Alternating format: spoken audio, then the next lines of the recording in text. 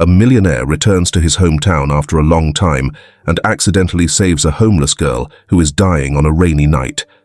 Thought to be grateful, but a few days later, the girl holds a knife to him and screams.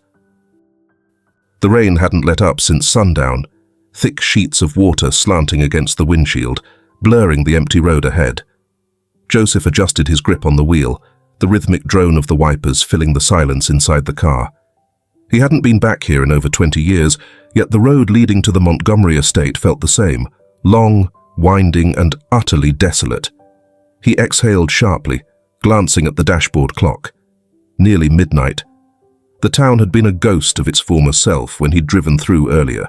Storefronts dark, streetlights flickering as if reluctant to stay awake. Even the gas station by the highway had looked abandoned, the neon sign buzzing faintly in the rain. He shouldn't have come back. The estate was nothing but a legal obligation, a property his father had washed his hands of years ago. Joseph had no emotional ties to it, no fond memories urging him home. If anything, it felt like a relic of a past he'd long since outgrown.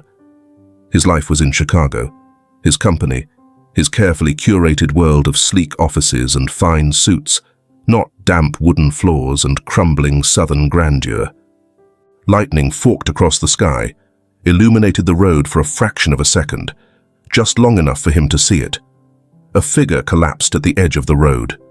Joseph's foot slammed the brake before his mind fully processed what he'd seen. The tires skidded slightly on the slick pavement, the car fishtailing before stopping a few yards ahead. He swallowed a curse, his pulse hammering as he turned, eyes narrowing through the rain-streaked window. Nothing but darkness. For a moment, he wondered if it had been a trick of the light, a phantom cast by the storm. But then he saw it again, a shape barely distinguishable from the mud and grass, unmoving. He hesitated. The storm was merciless, cold wind seeping through the cracked window, carrying the scent of wet earth. Logic told him to keep driving. Whoever they were, this wasn't his problem. The town had its own authorities, people who handled these things. And yet, he was already pushing the door open, rain pelting against his skin as he stepped out. The wind shoved against him, his coat flaring as he trudged toward the figure. A woman. She was sprawled on her side, half buried in the thick, rain-soaked dirt. Her clothes clung to her frame, heavy with water, her hair plastered against her pale skin. Kneeling, Joseph reached out, fingers brushing the cold dampness of her wrist. A pulse, faint but steady. "Hey," he called out, shaking her shoulder lightly. No response. Her face was partially obscured, but up close, he could make out the faint shadow of a bruise along her jaw, the fresh scrapes on her hands, small but telling. This wasn't just someone caught in the storm. Something had happened to her. His jaw tightened as he scanned the empty road. No other cars, no footprints leading away. Just her, alone in the mud, as if the storm itself had spit her out and left her there to rot. Rain dripped from his brow as he exhaled, making his decision. With little effort, he scooped her up, her body limp against his chest. She was lighter than he expected, her bones too sharp under the soaked fabric, and her breathing shallow. He carried her to the car, careful as he eased her into the passenger seat, adjusting her head against the leather. Slamming the door shut, he sat behind the wheel, wiping the rain from his face. He should take her to the estate. It was closer, easier, but the thought of handling an unconscious woman, bruised and half drowned, in an empty house didn't sit right.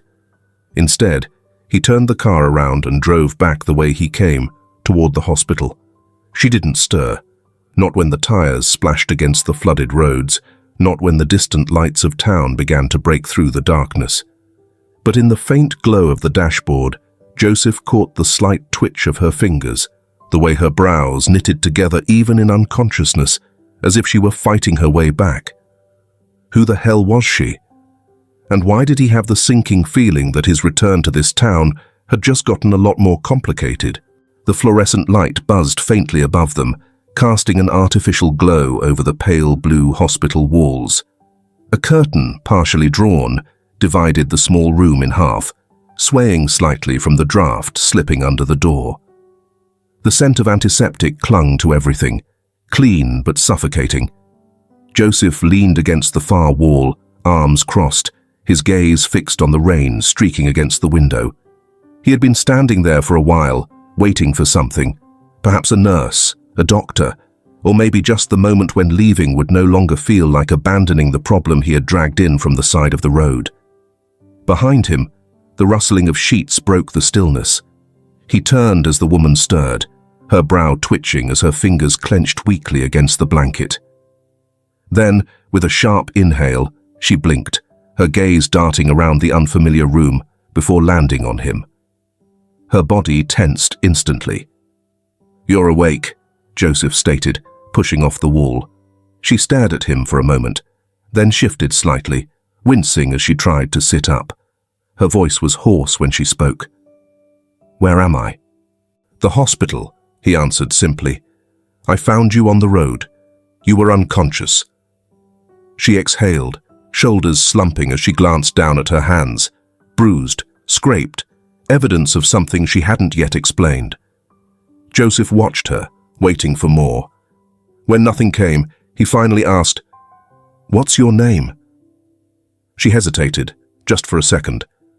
"Rachel," she said. He nodded, absorbing that. "Joseph." Rachel's lips parted slightly, her eyes narrowing as if she were rolling the name around in her mind.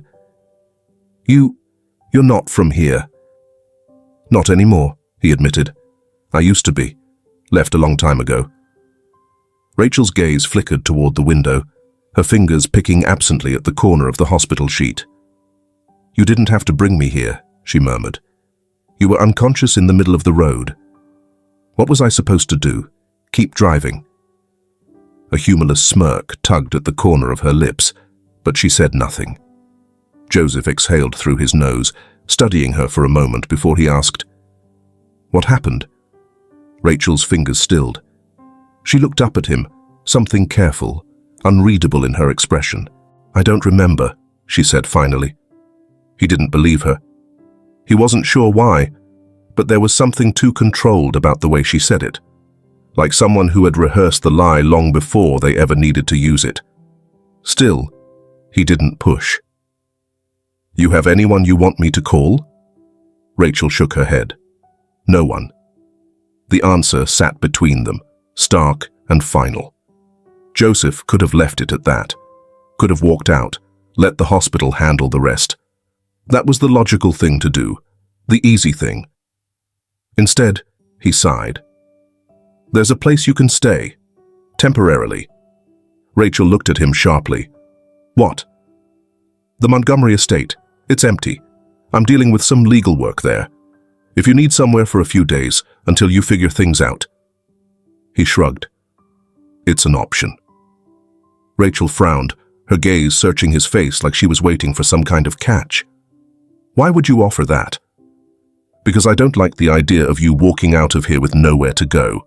Because I know what it's like to have a place that doesn't feel like home."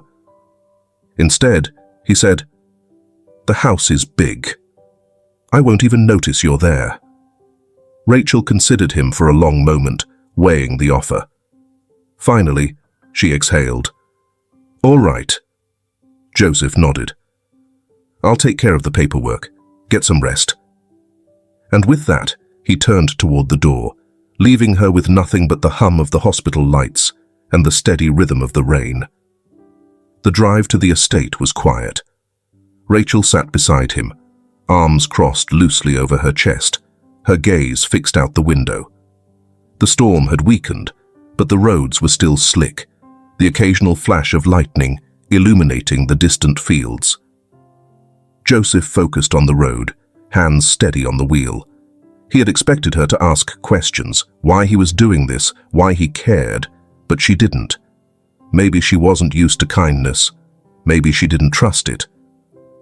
When the estate came into view, Rachel finally stirred. It stood at the end of a long, winding driveway, partially obscured by overgrown trees and vines that had begun to creep along the stone walls. The house was grand in its own way, but age had settled into its bones. The windows loomed dark and empty, the once pristine columns now stained with time and weather. Joseph barely looked at it. To him, it was just another obligation. But Rachel, her gaze lingered, her fingers tightening slightly around her sleeve. "You've been here before?" Joseph asked, catching the look. Rachel blinked, shaking her head. No. Another lie. But, once again, he let it slide. They entered through the west wing, the only part of the house still fit to live in. The rest of the estate smelled of dust and disuse, furniture covered in white sheets, their silhouettes resembling forgotten ghosts. "This is yours for now," Joseph said, gesturing to the bedroom at the end of the hall. "The bathroom's down the hall." I think so. Kitchen's stocked. If you need anything, I'll be in the office."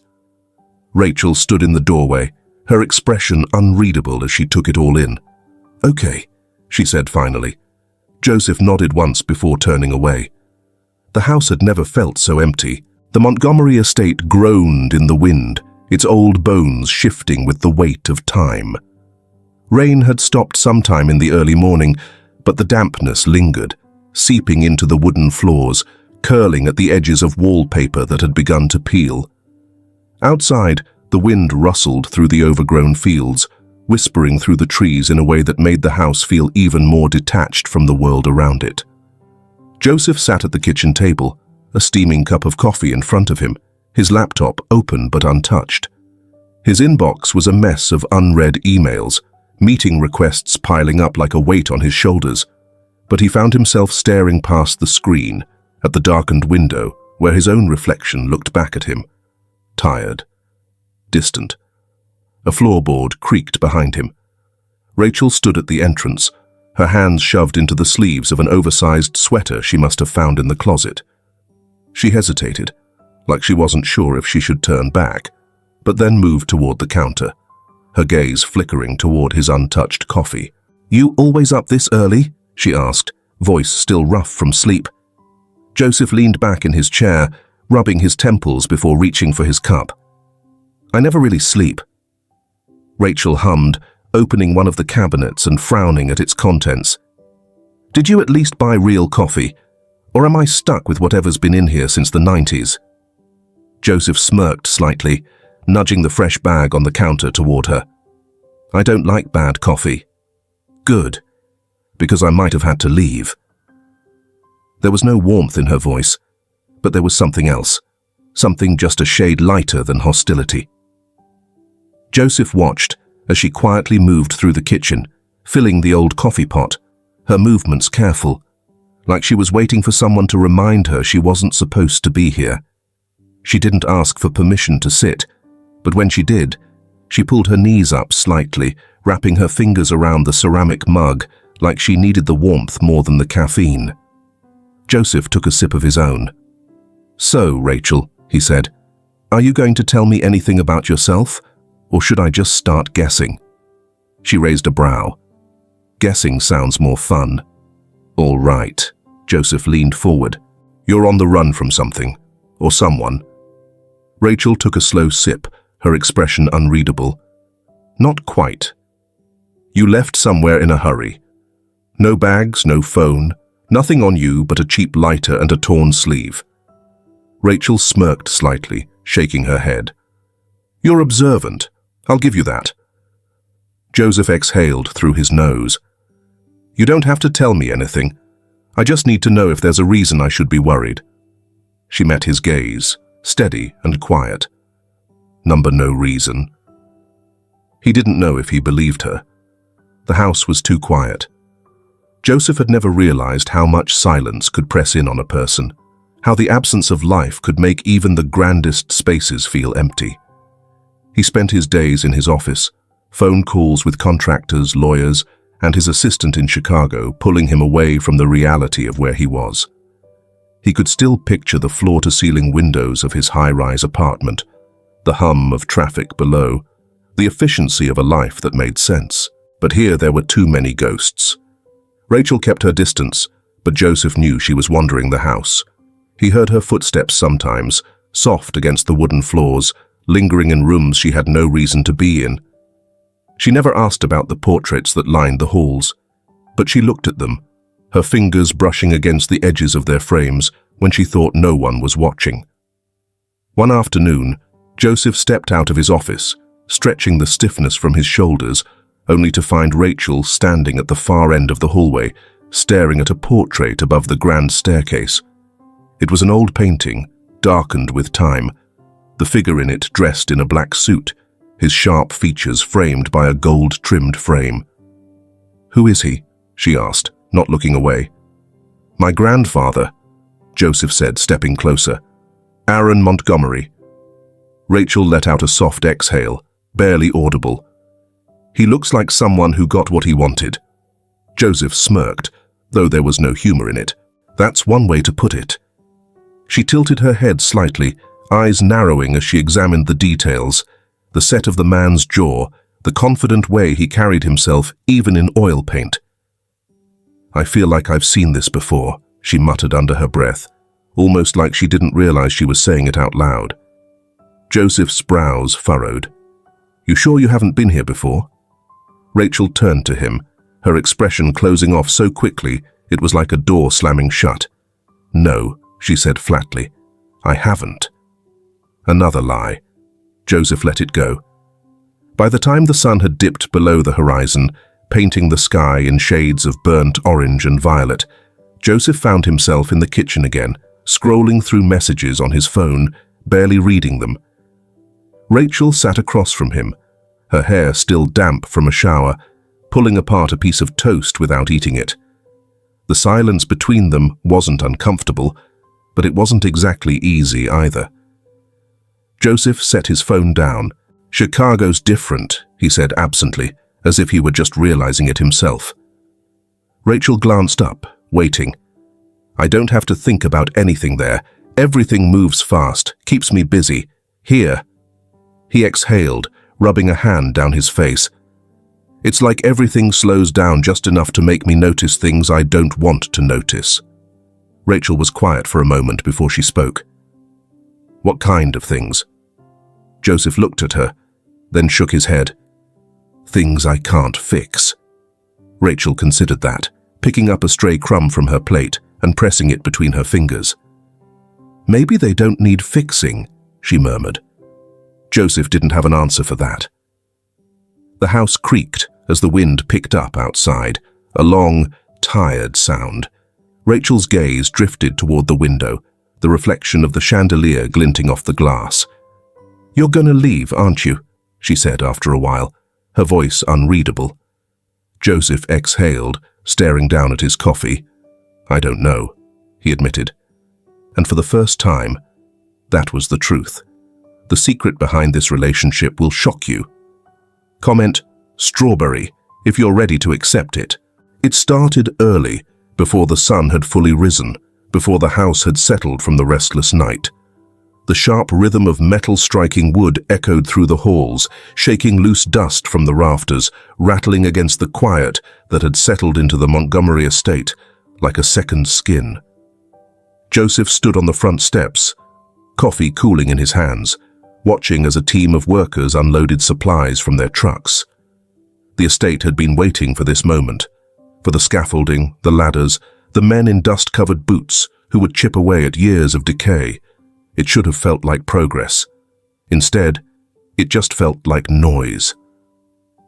Rachel lingered in the doorway behind him, arms crossed, watching the workers with something like curiosity. She hadn't said much since they'd agreed to this arrangement, and he hadn't asked for more than she was willing to give.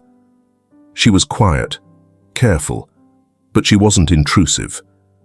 If anything, Joseph barely noticed her presence when he was wrapped up in phone calls and contracts. She spoke without looking at him. "So, you're actually fixing this place up?" Joseph exhaled. "That's the idea. You don't seem excited about it." He glanced at her. "It's a house, Rachel, not a dream." She tilted her head slightly, considering that, but said nothing. Instead, she stepped past him, descending the front steps and blending into the movement of the workers, hands in her pockets, gaze scanning the estate like she was seeing it through different eyes. Joseph watched her, sipping his coffee. It had been years since he walked through town like this, on foot, at a pace slow enough to actually take things in. Rachel walked beside him, just enough distance between them to keep things neutral, but close enough that he could see the way her eyes moved, reading signs, glancing at storefronts, taking in faces that weren't hers. The town had changed, but not in the way cities did. It had aged without reinventing itself, as if everyone had collectively decided that moving forward wasn't necessary. A few new businesses had popped up, but the brick buildings remained the same, their history embedded in the way their paint cracked, in the way the sidewalk dipped in the same places Joseph remembered from childhood. People recognized him, not with warmth, not with hostility, but with something in between, an awareness of who he was, a quiet acknowledgement that he had once been part of this place but had left it behind. Some nodded as they passed, others simply stared, as if trying to measure the years that had changed him. Rachel, on the other hand, received a different kind of attention. Newcomers were rare here, and even though she carried herself with a certain indifference, Joseph could feel the weight of eyes following her, lingering in the way small-town curiosity often did. She didn't react to it. If anything, she seemed used to being observed, yet untouched by it. At the hardware store, while Joseph discussed supplies with the owner, Rachel wandered between the aisles, fingers brushing against rough wooden planks, old nails in dusty boxes, tools she probably had no use for. She wasn't restless, but she wasn't comfortable either. When they left, she finally spoke. "They look at you like they know something about you that you don't." Joseph glanced at her. "Small towns don't forget." Rachel hummed, thoughtful, "But they do move on." Joseph wasn't sure if that was true. That night, the sound of construction had faded, leaving behind the remnants of dust, displaced furniture, and the scent of fresh paint beginning to battle the age-old mustiness of the house. Rachel sat at the kitchen table, turning a ceramic mug in her hands, watching the steam curl from the surface. Joseph leaned against the counter, half listening to a voicemail from his assistant in Chicago, something about board meetings and missed deadlines. "Did you ever want this?" Her voice was quiet, but it cut through the air like a sharp edge. Joseph ended the call without responding, slipping his phone into his pocket. "What?" Rachel glanced up at him. "This place, this family name, any of it." Joseph exhaled, stepping forward to pull out the chair across from her. "No," he admitted. "Never." She didn't look surprised. Joseph ran a hand through his hair, leaning back. "My father left this place before I was born. He wanted nothing to do with it. I grew up in Chicago. This house was just a story I heard about in passing. It never felt real." Rachel studied him, fingers still wrapped around her mug. "Then why come back?" Joseph let out a dry laugh. "Obligation." Rachel took a sip of her coffee. "Obligation to what? A house?" "To what it represents," he muttered, almost to himself. "To the weight of it. You ever felt something pulling at you, even when you don't want it to?" Rachel was silent for a long time. Then finally, she nodded. "Yeah." Joseph looked at her, really looked at her, for the first time since they'd sat down. She wasn't someone who offered much, but in that moment, there was something raw in the way she held herself, something that made him wonder if she knew exactly what he meant. For the first time, he felt less like an intruder in his own story. Rachel set her mug down, standing. "Guess you're not the only one haunted by things."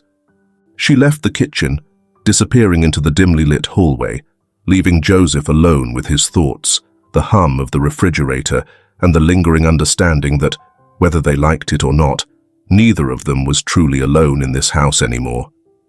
Then, finally, she nodded. "Yeah." Joseph looked at her, really looked at her, for the first time since they'd sat down. She wasn't someone who offered much, but in that moment, There was something raw in the way she held herself, something that made him wonder if she knew exactly what he meant. For the first time, he felt less like an intruder in his own story. Rachel set her mug down, standing. "Guess you're not the only one haunted by things." She left the kitchen, disappearing into the dimly lit hallway, leaving Joseph alone with his thoughts, the hum of the refrigerator, and the lingering understanding that, whether they liked it or not, neither of them was truly alone in this house anymore. The Montgomery estate had begun to shift, not in the way of its foundation, but in the way a body shifts in sleep, restless, aware of something stirring beneath the surface. The workers came early and left late, their voices and the rhythmic pounding of hammers filling the empty spaces that had long since forgotten the sound of people. The scent of fresh sawdust and paint mixed with the lingering dust of decay. Joseph welcomed the distraction. He buried himself in repairs, in scheduling contractors, in keeping his hands busy. If the house was falling apart, at least it was something tangible he could fix. Rachel, however, was something else entirely.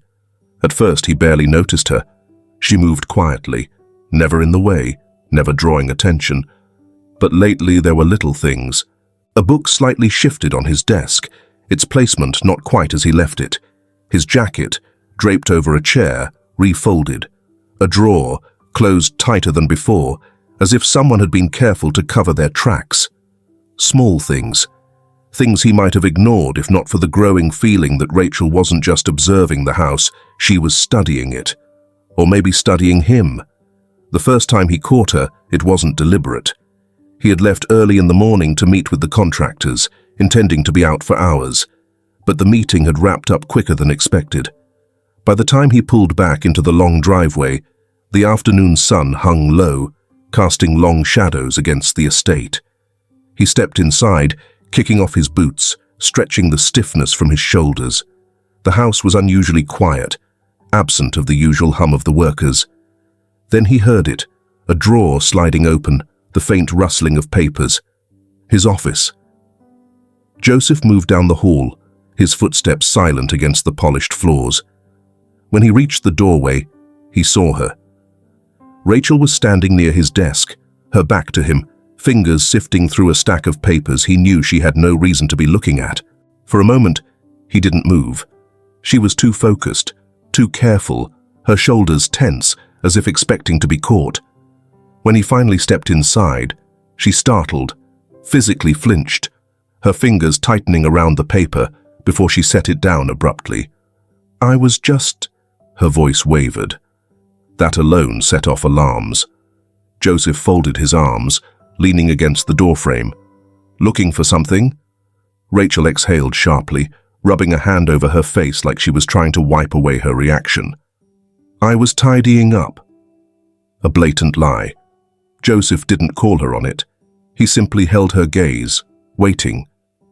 Rachel didn't look away, but there was something defensive in the way she squared her shoulders, something on edge. "Don't touch my things," he said finally, his voice even but firm. Rachel nodded once, too quickly, brushing past him without another word. Joseph let her go. But from that moment on, he started paying closer attention.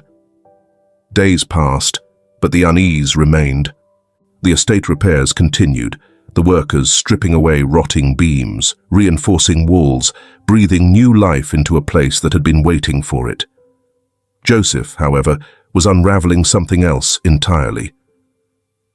It was a Wednesday afternoon when it happened. He was in his office, answering calls, when he noticed something off. His assistant in Chicago had sent follow-ups and urgent messages referencing documents he was supposed to have reviewed.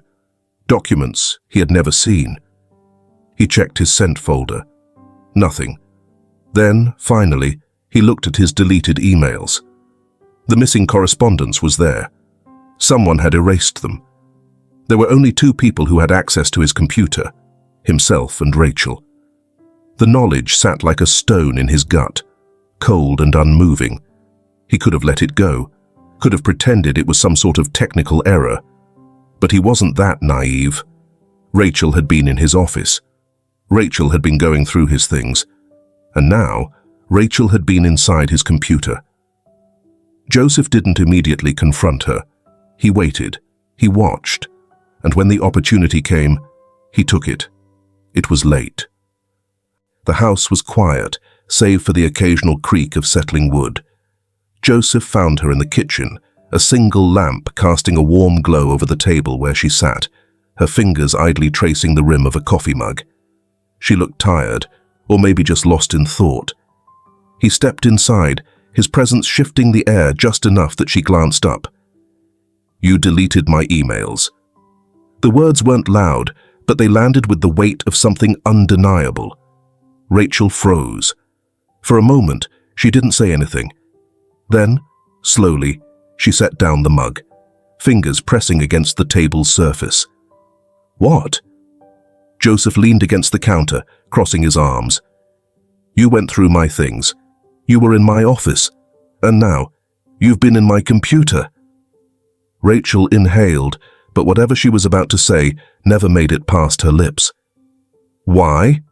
Joseph asked, his voice steady but edged. Rachel's expression flickered, guilt maybe, or something sharper. "I didn't." "Don't lie to me." Rachel's jaw tightened.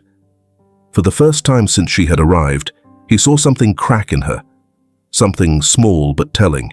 She wasn't just caught. She was afraid. But afraid of what?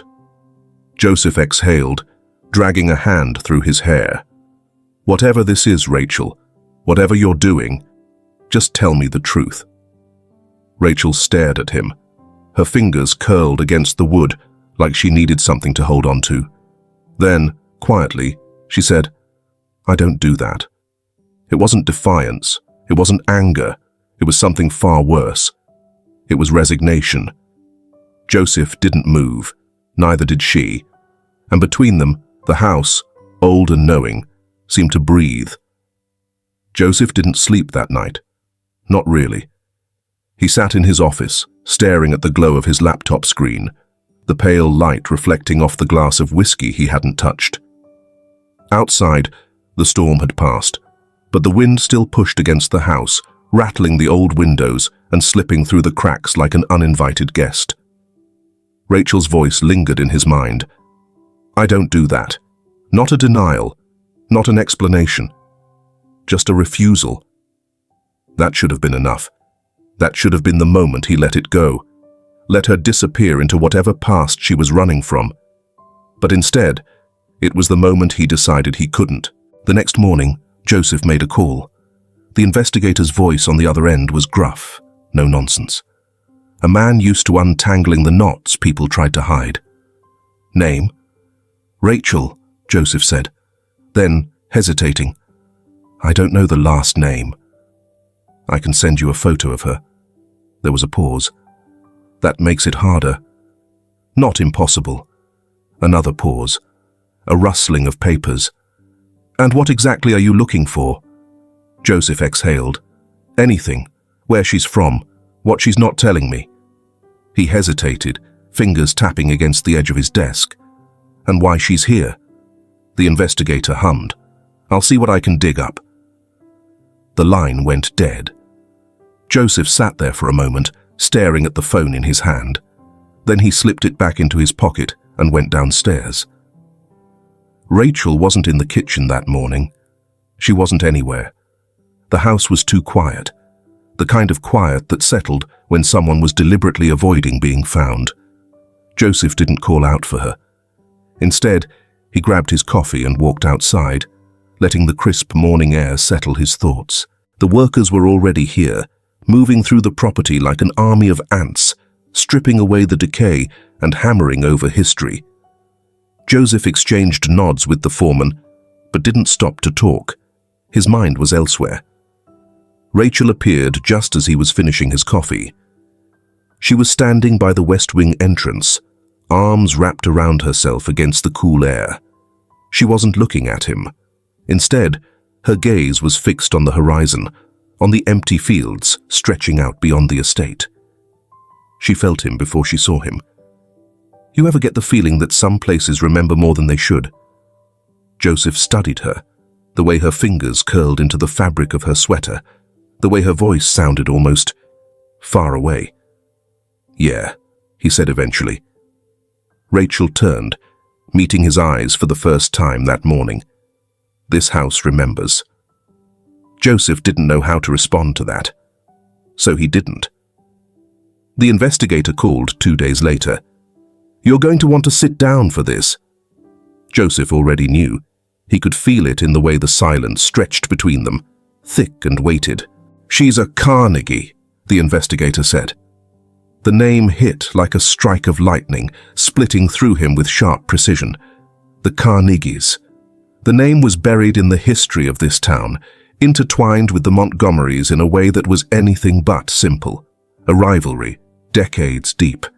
A family that had once stood on equal ground with his. A family that had fallen. And now, somehow, Rachel was here. His hand tightened around the phone. "You sure?" "As sure as I can be without a birth certificate in front of me." There was a pause. Then the investigator sighed. Her father was a Carnegie. Before he died, anyway. And as you know, in the past, the two families did not like each other. Carnegie failed, but Montgomery still developed. Now that the descendants of the two families are here, what do you think? Joseph leaned forward, pressing his free hand to his forehead. Rachel wasn't here by accident. She wasn't just a stray in the storm. She had chosen to be here. Joseph closed his eyes, exhaling slowly. "Send me everything you find." He ended the call before he could hear the reply. Outside, the house was still under construction, the workers moving and talking, oblivious to the truth that had just unfolded inside these walls. Joseph sat back in his chair, staring at the ceiling, letting the realization settle into his bones. Rachel was a Carnegie, and he had just let her into the Montgomery estate. Now the real question was, had she come to stay, or had she come for something else? The weight of truth sat heavy in Joseph's chest, pressing down like a hand against his ribs. It was late, past midnight, when he found her.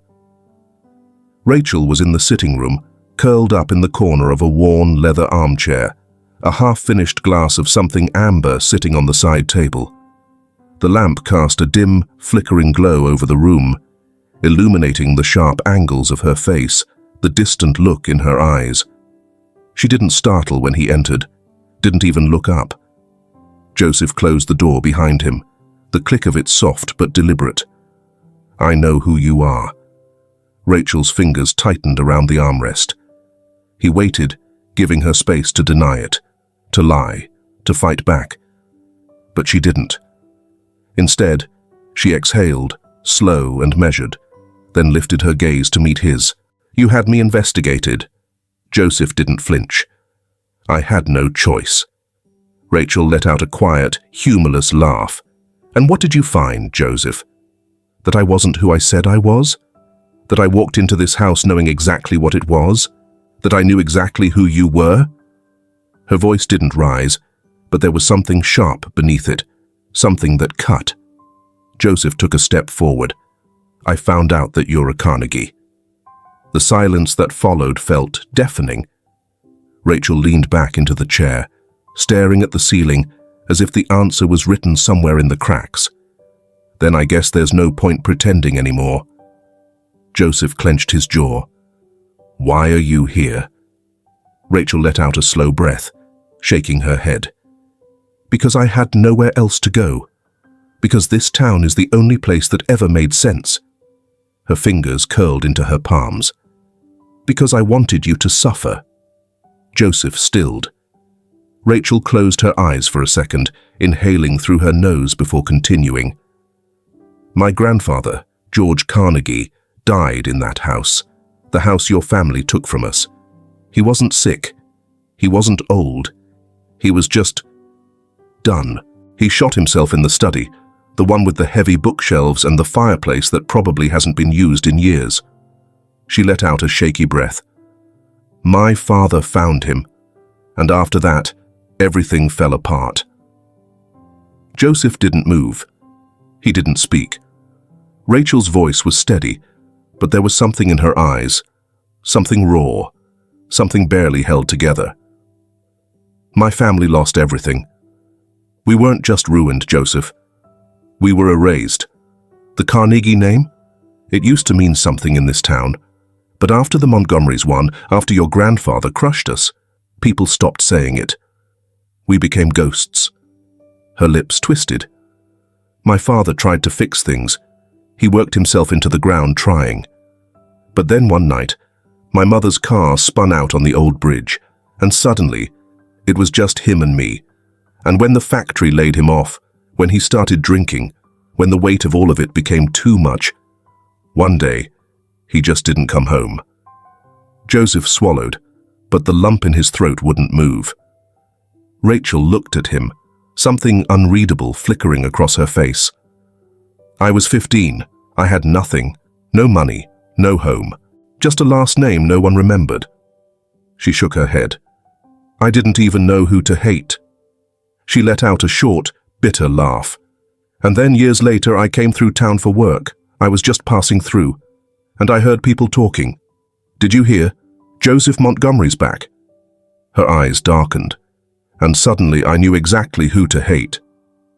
Joseph exhaled sharply, stepping forward. So what was the plan, Rachel? What did you think was going to happen? Rachel's jaw tightened. I didn't know at first.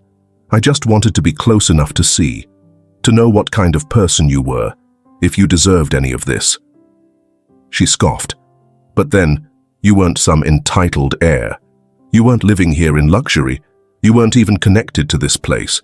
You were just lost. Her fingers gripped the edge of the chair, and that made it worse. Joseph felt something crack inside him. Why? Because you didn't even care. Her voice broke on the last word, her breath shuddering out of her. All these years, I carried this weight, this anger, this legacy, and you... She gestured at him, shaking her head. You could have walked away. You did walk away. While I spent my whole life suffocating under what your family did, you were somewhere else, living a life untouched by any of it. Her voice dropped to a whisper. And that wasn't fair. Joseph inhaled, slow and deep, trying to make sense of it all.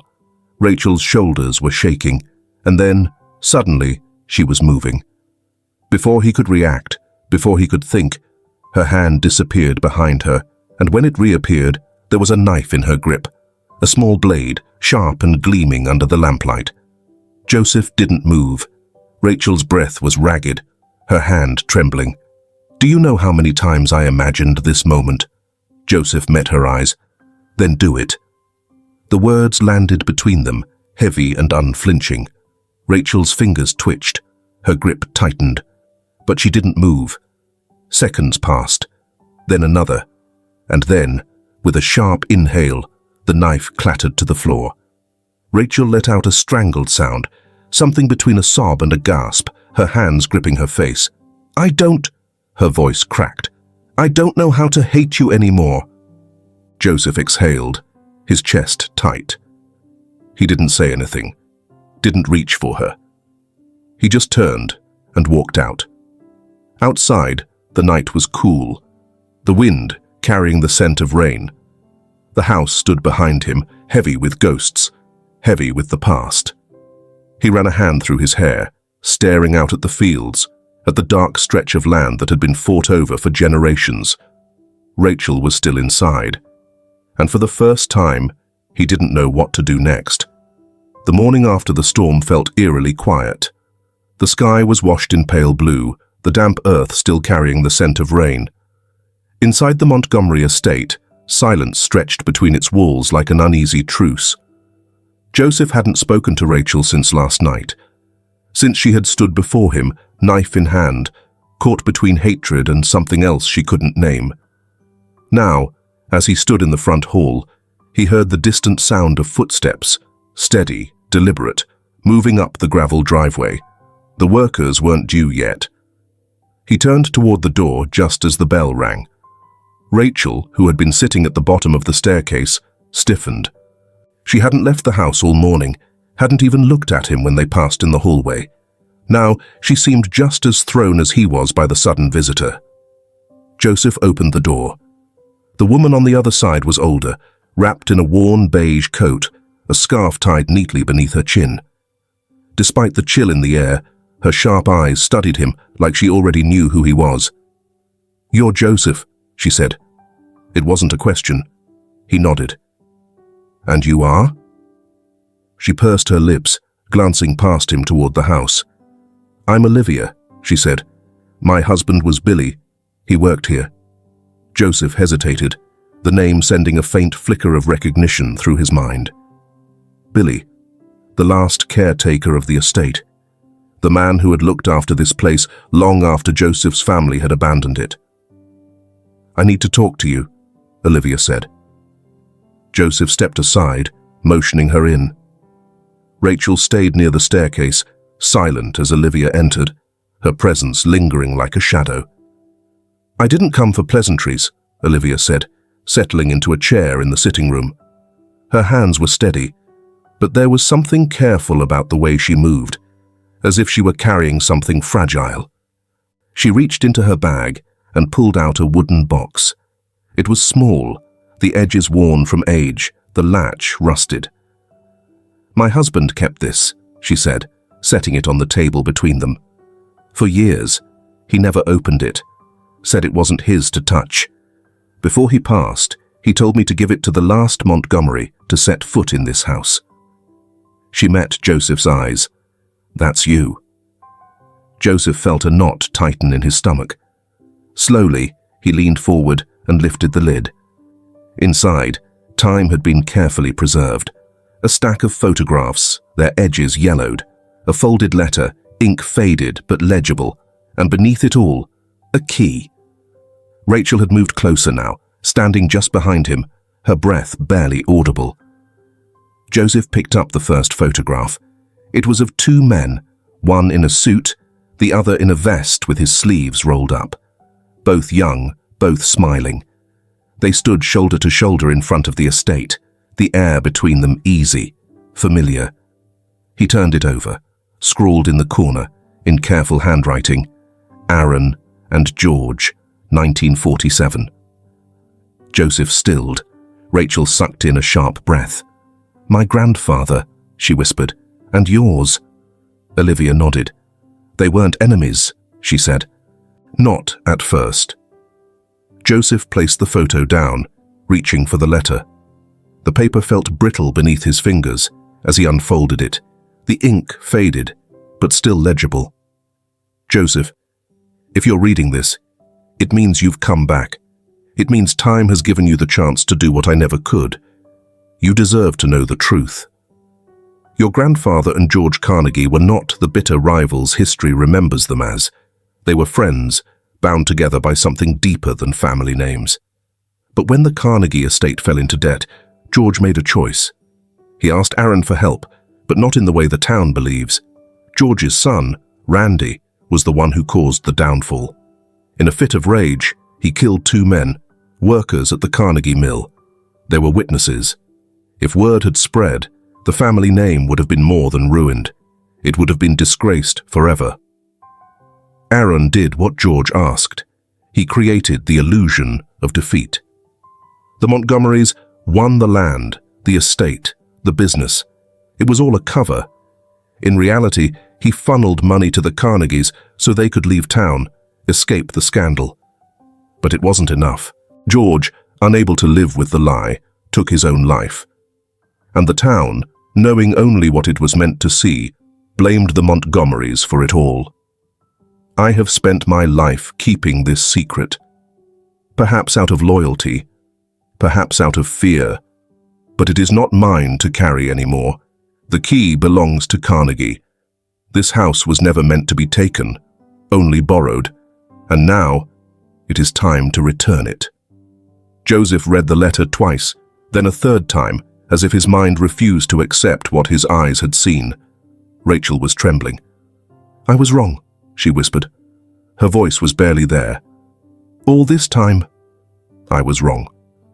Her grandfather wasn't a victim. Her family's downfall hadn't been a Montgomery attack. It had been a cover-up, a favor, a mercy. Joseph closed his eyes, exhaling shakily. Olivia stood, tucking her scarf tighter around her throat.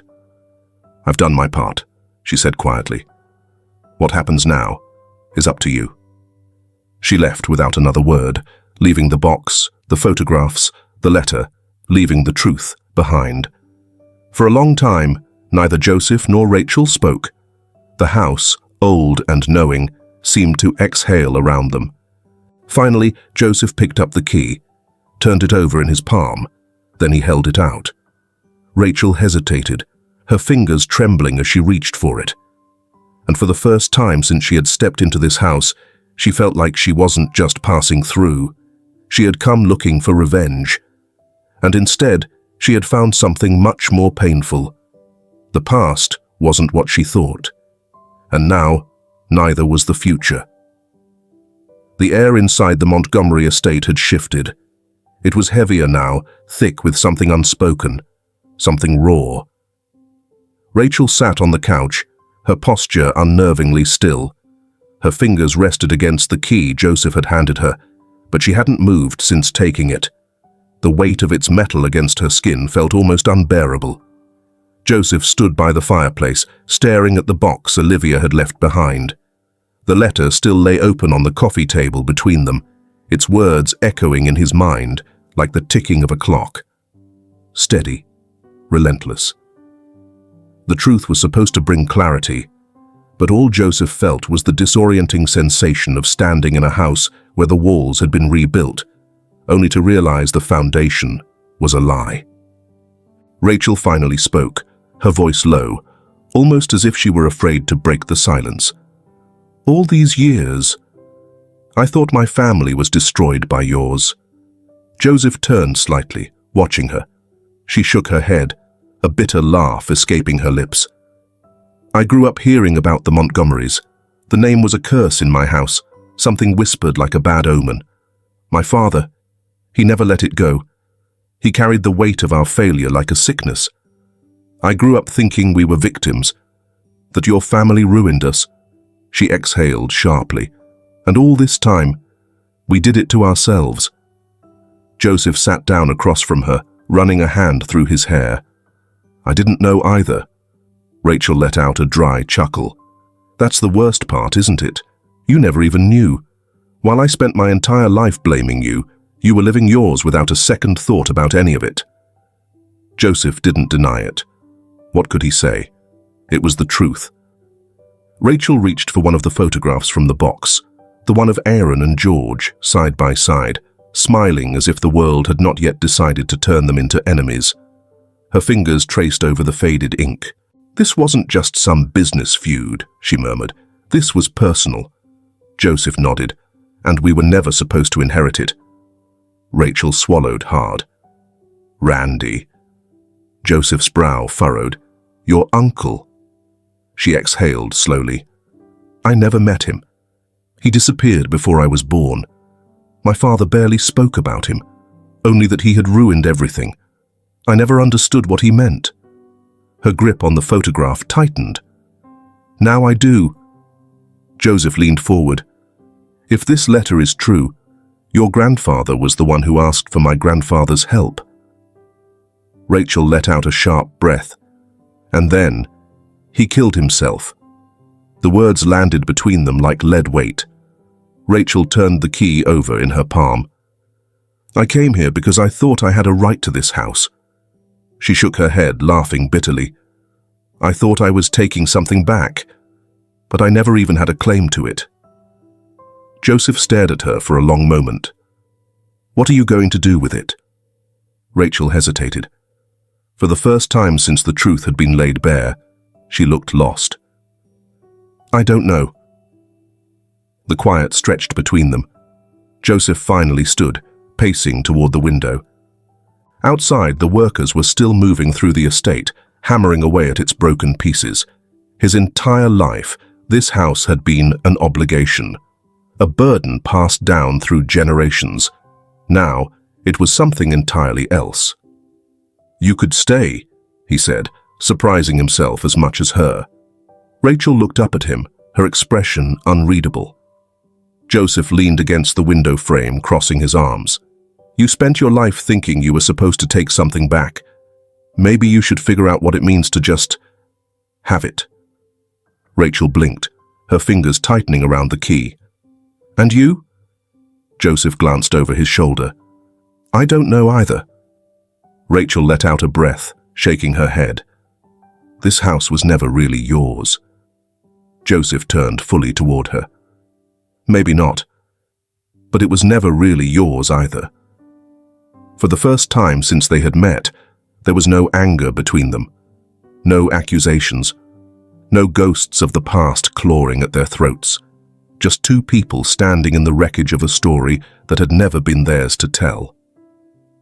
Rachel looked down at the key in her hand, and for the first time, she had no idea what to do with it. The days that followed were quiet. The house, once heavy with ghosts and buried resentment, now stood in an uneasy stillness, waiting for its fate to be decided. Joseph moved through it like a man untangling himself from something he had never realized was wrapped so tightly around him. He answered calls from Chicago, discussed figures and reports, set new deadlines. His assistant's voice over the phone reminded him of a world that had nothing to do with this place. Sharp, efficient, indifferent. Rachel, meanwhile, stayed. She had stopped wandering the house aimlessly, stopped reaching for history in the dust-covered corners. Instead, she spent hours sitting on the back steps of the estate, staring out at the land that once belonged to both their families. Sometimes, Joseph would pass by and find her there, her fingers turning the key over and over in her palm, as if testing its weight. Neither of them talked about what came next, but they both knew it was coming. The morning Joseph packed his bags, Rachel was in the kitchen. She didn't say anything as he walked in, just poured herself a cup of coffee and leaned against the counter, watching as he grabbed his own. "You're leaving," she said. It wasn't a question. Joseph exhaled. "Yeah." Rachel nodded, staring down at her mug. "Back to Chicago. That's where my life is." She smirked slightly, shaking her head. "Is it?" Joseph hesitated.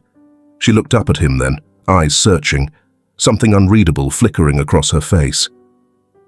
"You never really wanted this place," she murmured, "but you stayed longer than you had to." Joseph took a sip of his coffee, letting the warmth settle against the weight in his chest.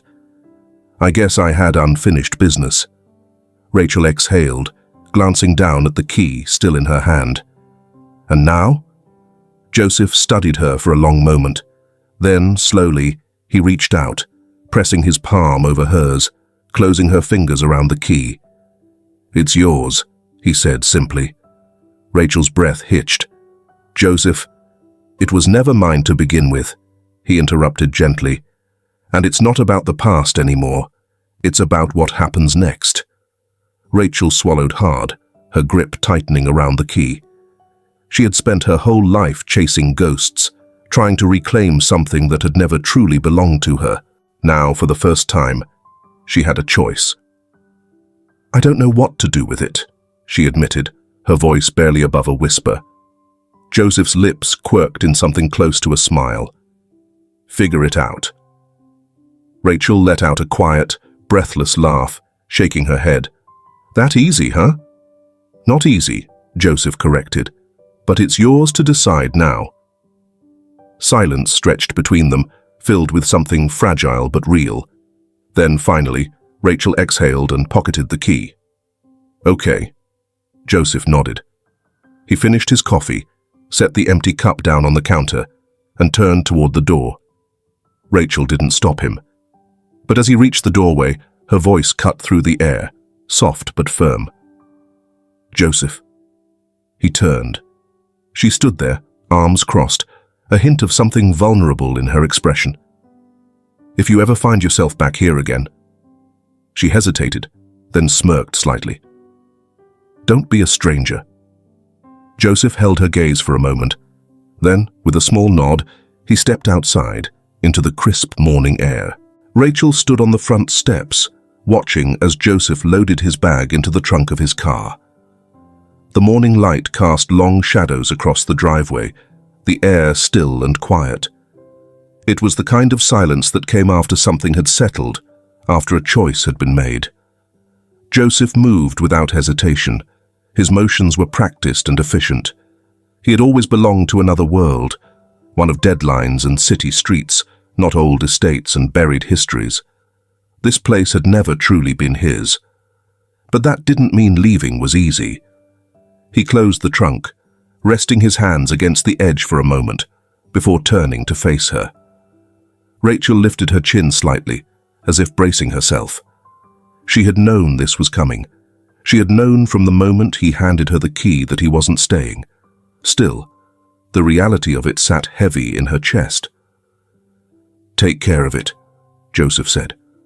Rachel glanced down at the key in her palm, the cool metal pressing into her skin. "I will." There was no grand farewell, no final words of closure, just the understanding that something had shifted between them, something unfinished but no longer burdened by resentment. Joseph exhaled, pushing his hands into his pockets. "You'll be all right?" Rachel smirked slightly, tilting her head. "I've made it this far." Joseph nodded, a flicker of something softer in his expression. "Yeah, you have." For a moment, it seemed like he might say more, but instead he stepped toward the car, pulling open the door. Rachel didn't move. She didn't try to stop him. She just watched. The engine rumbled to life, a sound that felt foreign against the quiet of the estate. Joseph gripped the steering wheel, staring out at the long, winding driveway ahead. He told himself not to look back. And yet, as he reached the edge of the property, something made him glance in the rearview mirror. Rachel was still standing there, her figure framed by the house behind her. For the first time, she looked like she belonged. Joseph swallowed, tightening his grip before shifting into gear. The past no longer weighed on him. But Rachel lingered in his mind. Rachel stood there long after the car had disappeared beyond the trees. The Montgomery estate was hers now, not in name, but in responsibility. She turned, letting out a slow breath as she stepped back inside, the door closing behind her with a quiet finality. There was work to be done, repairs to finish, histories to rewrite. Rachel pressed her palm against the wooden banister, running her fingers over its worn edges. For the first time, she wasn't chasing ghosts. She was building something new, and maybe, just maybe, one day, Joseph would come back. If this film touches your heart, leave your mark with a like and don't forget to subscribe to our channel to explore more meaningful stories with us. And if you enjoyed this story, please share it with your friends on WhatsApp. And now, share your feelings with us and tell us your own stories. Every word you share is a building block that helps create our strong and enduring community. Together, we'll create a warm space where everyone can share and connect. Finally, don't miss the incredible stories coming your way soon. We're always here to bring you the best selections, full of deep values yet entertaining. See you there.